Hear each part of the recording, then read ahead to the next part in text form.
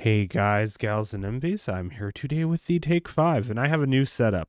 So what ended up happening is my Elgato camera decided to just crap out after literally almost just a month of having it. It was a little over a month. Unfortunately, I couldn't return it.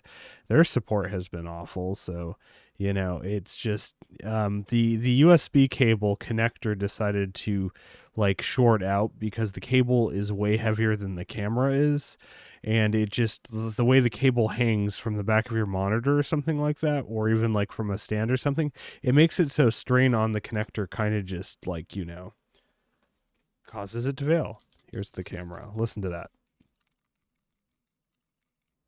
So yeah, I'm kind of miffed at Elgato products. They're built like absolute garbage. I should have known for the price point. So yeah, that said, my Steam Deck, or not my Steam Deck, I'm sorry, my Stream Deck as well also had a high pitched squealing noise when it was running. That was awful, and I could not figure it out for like weeks what the hell happened. Luckily, that was under return warranty. I am never buying a Elgato or Corsair product anymore.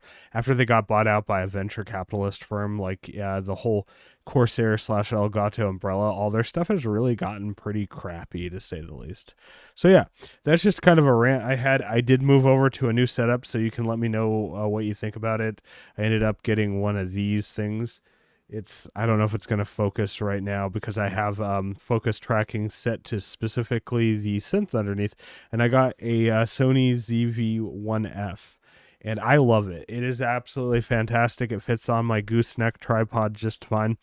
I have a A7 Mark III, which I absolutely adore, but it is such a heavy camera, and to get an overhead shot, I would need a quite wide lens. So this works great. I mean, look at how clean this looks, and this is at a fairly high ISO, and yeah, very short focal point, so you can see everything. The only problem I have is I like to film without too much studio lighting. It's just nicer on my eyes when I'm trying to do something. This is a little blown out. I'll figure it out in the future, but yeah, that's a new filming setup. I absolutely adore it. That's kind of on the starting out with this. I'm gonna make a pad on the Take 5 today. That's what this video is about. Yeah, I finally got another Take 5, and it's fantastic. I love this thing. So we'll just make a pad.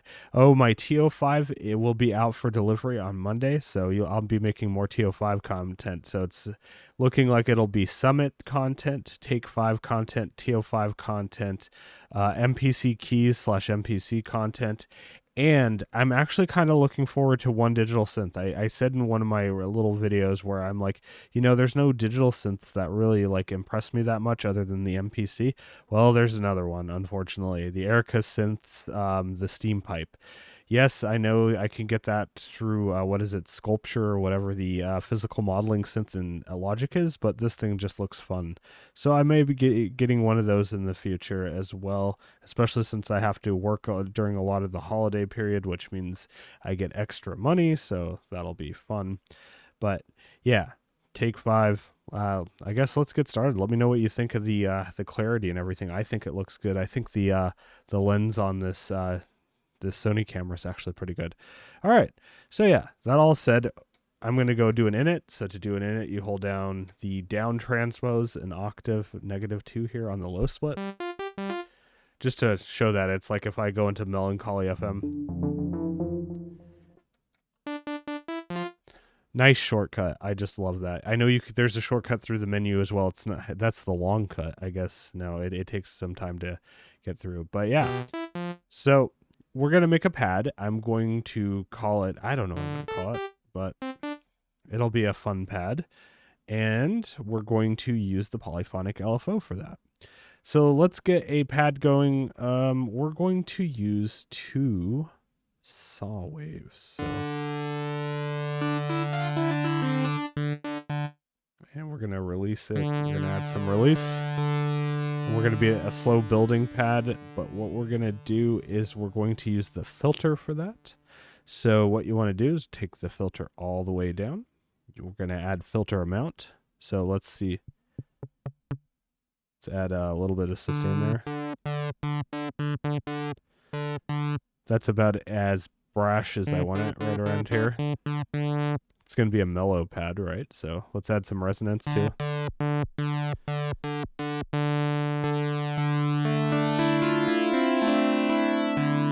Maybe a little less amount, right? That's a little much, isn't it?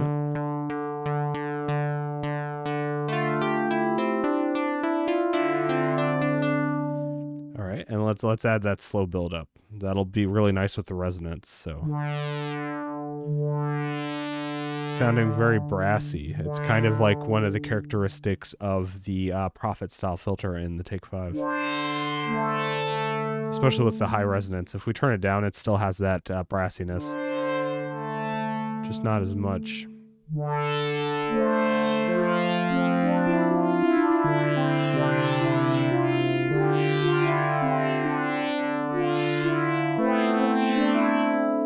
Okay, maybe a little more attack. Let's add some drive too. The drive really helps out with resonance. It's not very, you can't hear much of it when you don't have much resonance, but here.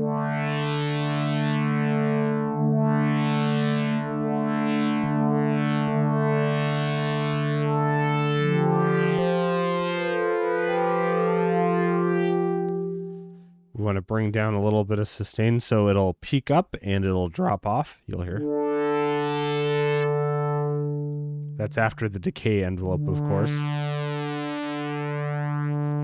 Nice gradual there. That's beautiful, isn't it? I know we have two oscillators going, but because the thing stays in tune so well, you can't really hear the two oscillators beating off each other. But if you add just a little bit of pitch here.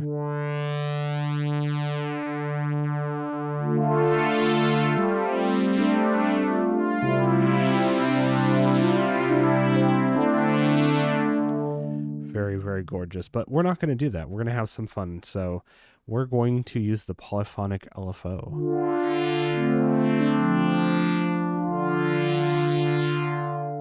What we want to do with the Polyphonic LFO, we want to attach it to the second oscillator's fine pitch, because this will go up an entire fifth, and that makes this really easy to tune, where on some of the, like the Prophet 6 or any of the Polymod style synths, or the Prophet, I think you could do it on the Prophet 5 as well, you'd have to sit there and tune it specifically. Since we go up a perfect fifth at the furthest setting here, so like here, that's a perfect fifth from the first oscillator. Well, we can use that for our LFO. So we're going to go destination. We're going to go ahead and set that right here. And now that should be set. Sorry for it being a little blown out, but we're going to turn the amount all the way up on that. So it'll go between 0 and the highest setting. So it'll go to in tune to a fifth different from the first oscillator. And we're going to choose the shape that is a square wave. So it'll kind of have that therme style to it, but here. And then we bring the speed down by frequency here.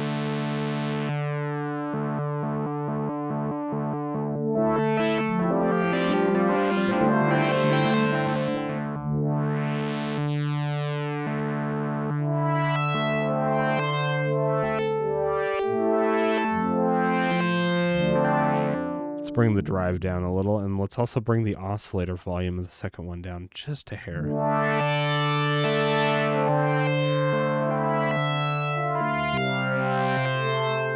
We'll also bring down the first oscillator down a hair.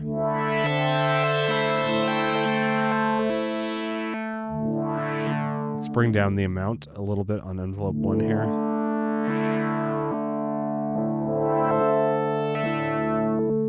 We'll bring it up. It needs to be a little better. And you gotta really... There we go.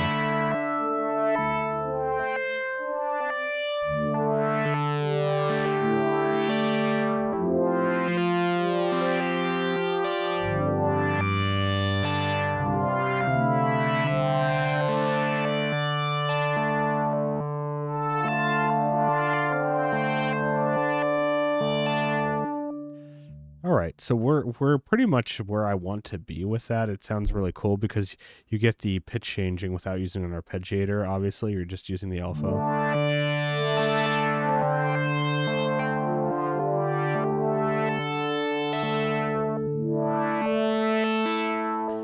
Let's add a little bit more movement, and we're going to use the first oscillator. By default, the first oscillator is set to the mod wheel that affects. Actually, I think it is set to the fine pitch of one of the oscillators. Which one is it set to? Well, we're going to set it to the oscillator 1 fine pitch. So we'll go oscillator 1. Oh, it is by default. We're going to add a very subtle amount. I mean, like super subtle, like only turn it up to like plus 12 or so, and then turn the frequency way down so we get a little bit of wiggling on that oscillator. So that is a little too much. So let's bring it down maybe to plus 7 there.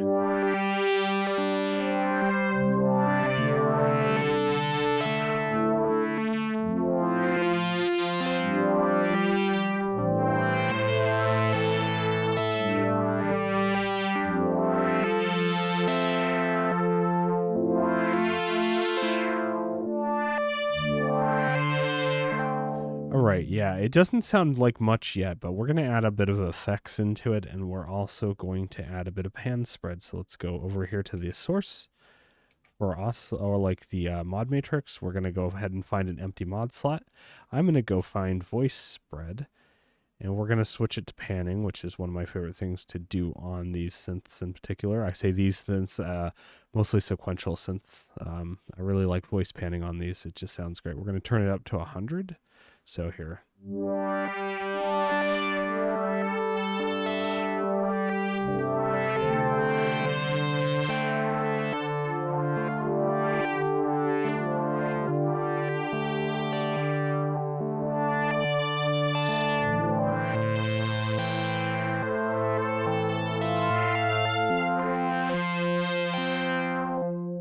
I still think it might have a little too much filtering in there. Let's turn down the drive a little.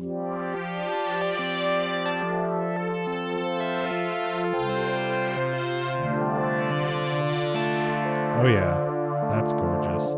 All right, we're gonna shake it up a little bit, and we're gonna add a bit of delay, but we're gonna clock sync it so that the LFO just beats in time with the effects we're gonna use, which will be the bucket brigade delay. So to do that, turn on clock sync. Let's turn the frequency to maybe 1.5 steps. And by default, we're set to 120 beats per minute. You can obviously change that. Turn it down to 80.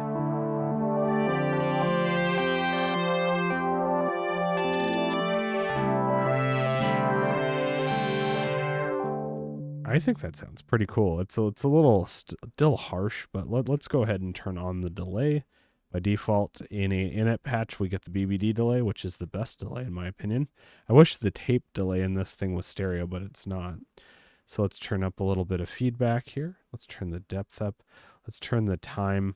This is going to be subdivisions now if we turn on clock sync, which we want to do. We want to have it right around here. We'll change it to taste.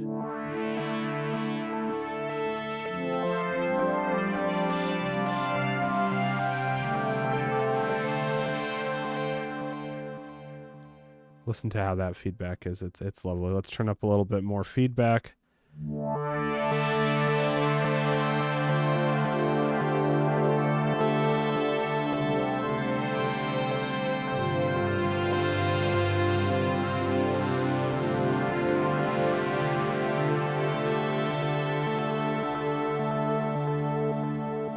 Let's change the subdivision here.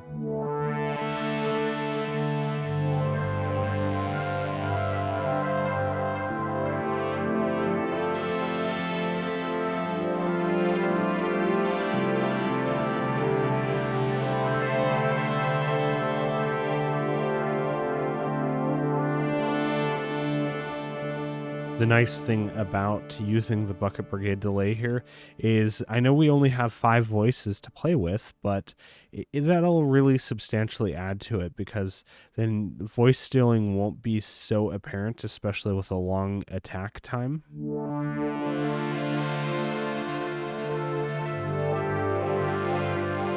And now we can add a little reverb. Let's add some reverb. Let's turn it here. As I've stated in one of my other videos, this control is a lie. It says it's damping. It's actually not. And it's even shown in the mod matrix to be size of the reverb. So the highest you turn it up is the largest size. So this is actually called the size control on the TO5, for instance. That's what got me thinking. And like I said, if you go into like the mod matrix, so if I go into the destination menu, for instance, let's just go to an empty slot.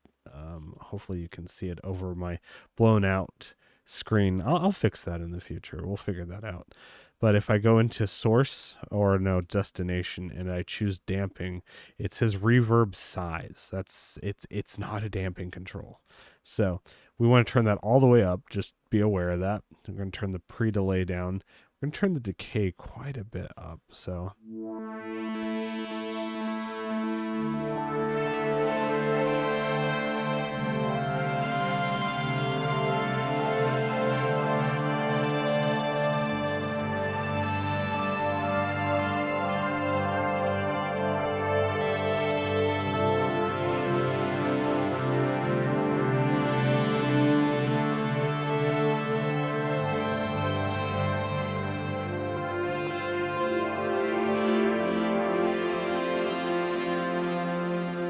let's add a little bit of filtering in here, low pass filtering for the reverb.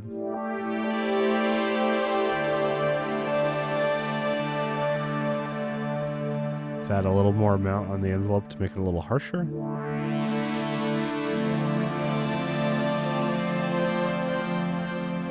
Let's make the attack a little longer.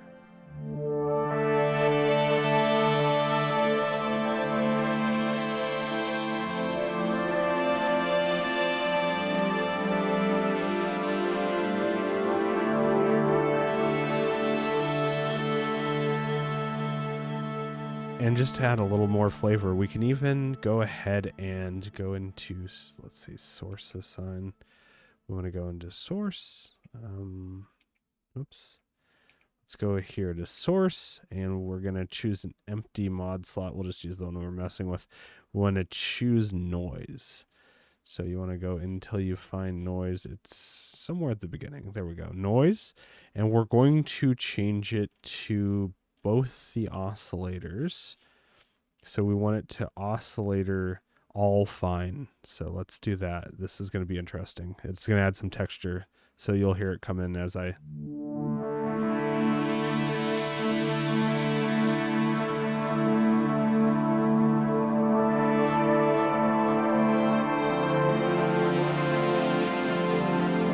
If you add it to all, what is it? It's just all...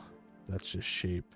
So yeah, we want to add it to all fine. We can add it to, can we add it to 1 and 2 octave? We can't.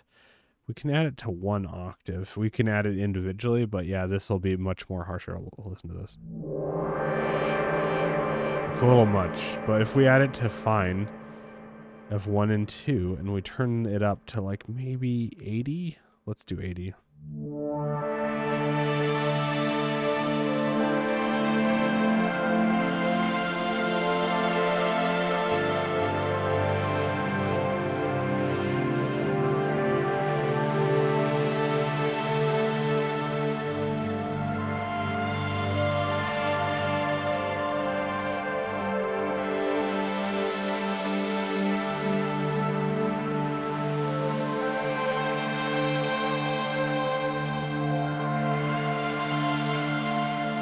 Of course, you can change the frequency of how it does the pitch shifting. I like 1 step. It's nice. 1.5 or 2 steps is nice too for the slow fade.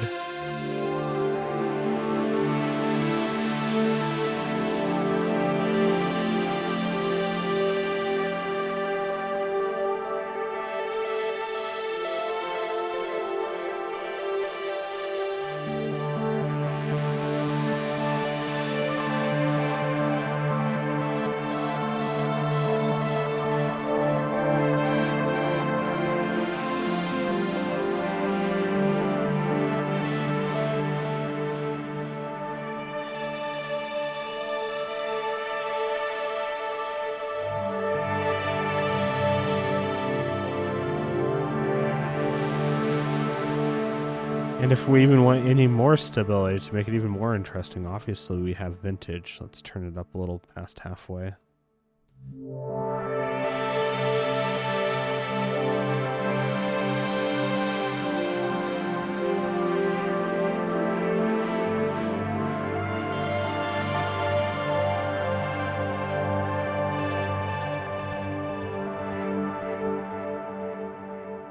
Let's go ahead and turn off the reverb.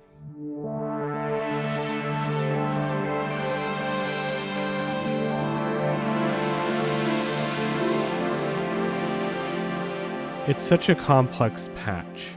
So what I'm going to do now, I have this going through my Logic instance, and we're going to add some Valhalla Supermassive to it. So let's do that. Let's go ahead. And hopefully I have this set up correctly.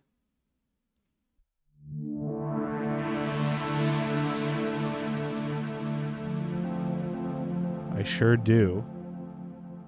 Let's see. I'm going to use, I'm not sharing my screen right now, but just trust me, I am using Supermassive. I am going to use one of my favorite presets. Let's go here. It is Massive. It's called We Are Stardust. Look for that one and make sure you turn it to 50% on the mix. So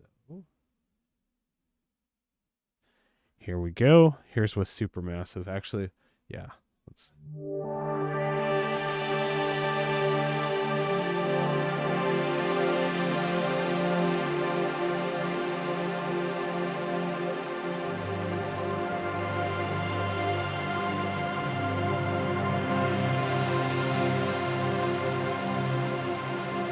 I'm going to do an octave split here, so this will be an octave down, so we'll get a nice bassy octave. I'm going to go ahead and turn down the feedback on Supermassive.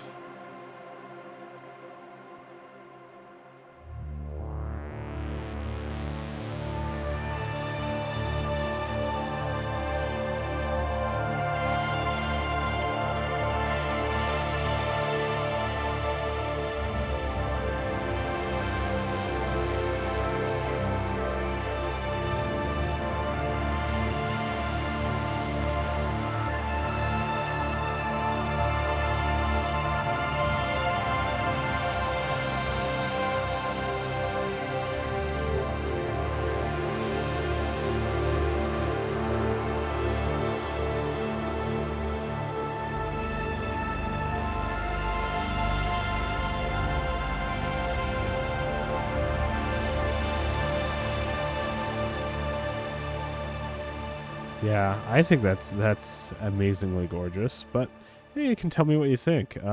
Even the internal reverb's not too bad. Let's go ahead and just kill Supermassive.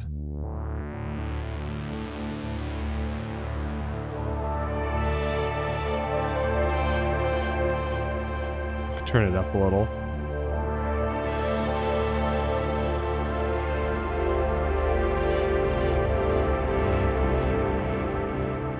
Gets a little comb filtery and ringy towards the end of the decay, even with some heavy filtering on the tone control, but it isn't bad.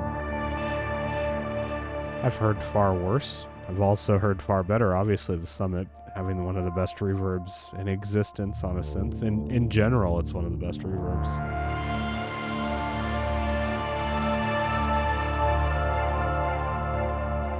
But yeah, I would highly recommend if you're going to do this in a DAW anyway, just use Supermassive or stick with the internal reverb on this to make a patch like this. I mean, it sounds good enough.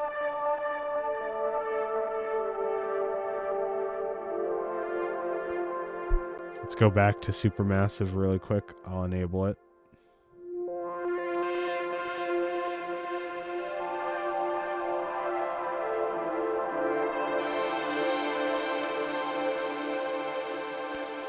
The only hardware reverb I've ever had that comes really close to Supermassive has been the Erica Synths Night Verb. I don't really consider that a guitar pedal, though.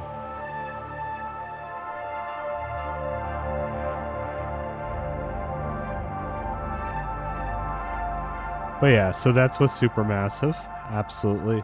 Just stunningly gorgeous. So get Supermassive. It's free. And if you're going to use a DAW anyway, just go ahead and put it into your effects chain, especially if you're using something as lovely as the Take 5.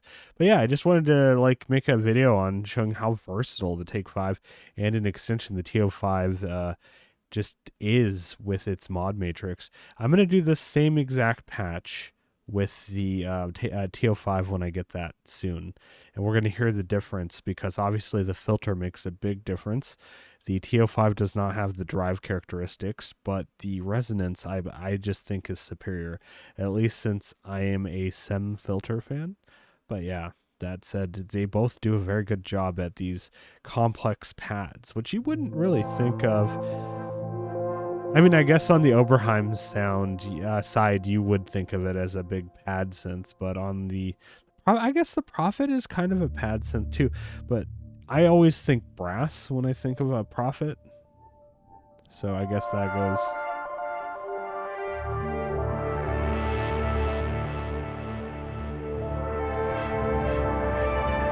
Well, I guess that's kind of all I wanted to share. Just my new setup. I mean, I think it looks really nice. And again, I'm using the living room lighting that I have right now, which isn't very bright. So I'm pushing like 1200 ISO. It does look pretty clean, at least from my preview monitor. So, but you can let me know what you think. It's all fairly in focus. This is a little blown out. Maybe I will have to add some extra lighting. Otherwise, I'll have to use exposure compensation, which makes the rest of the image dark. But I don't know. Maybe I'm overthinking this. Maybe I'm trying to play 4D chess here. Maybe I can go into global. Can we change the brightness of the OLED on this? I bet we can. Can we?